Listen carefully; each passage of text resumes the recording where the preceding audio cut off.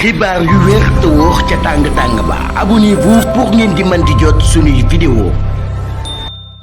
jëf ci ànd gi ak ñun ci chaîne bii di Buzz 221 HD Guy Marius Sagna di àddu ci nekk gi nga xam ne Macky Sall bëgg na koo nekk secrétaire général bu ONU député bu majorité parlementaire bii di Guy Marius Sagna nag daal daan nay wax kon ginnaaw bi nga xamee ni daan nañu officialiser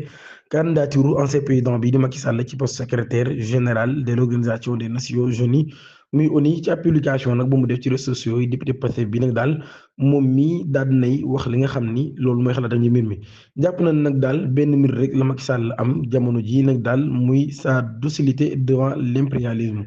ba tey nag daal mu ni son seul mérite et sa docilité devant l'impérialisme mu wax nag daal moom mii di Macky Sall nag daal daan nay assassiné daanaka lu jege téeméeri nit daal di tëj lu jege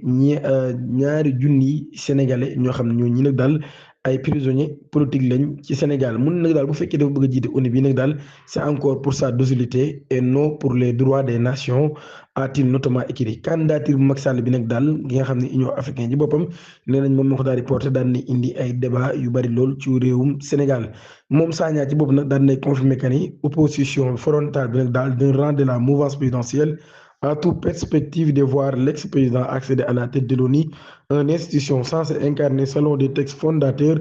la défense des droits humains et la souveraineté du peuple et la souveraineté des peuples loolu kon lu Guy Marius Sagna daal di xam ne